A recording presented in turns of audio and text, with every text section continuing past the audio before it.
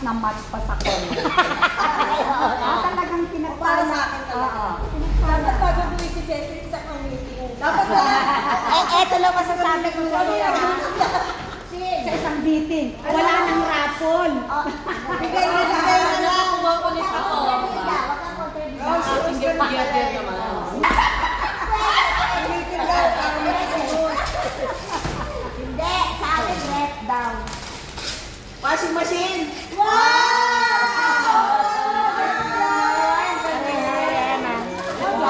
Lawa ako eh. Rep kami. Sorry, rep kami. MJ, paggamit niya. Dryer. Multi-food dryer. Dryer. Oh, picture ulit. Ang ganda. Masarap yan. Okay. May party kayo, lagay mo lang sa table. Kaya, Pag may party kayo, lagay mo lang sa table. Food dryer.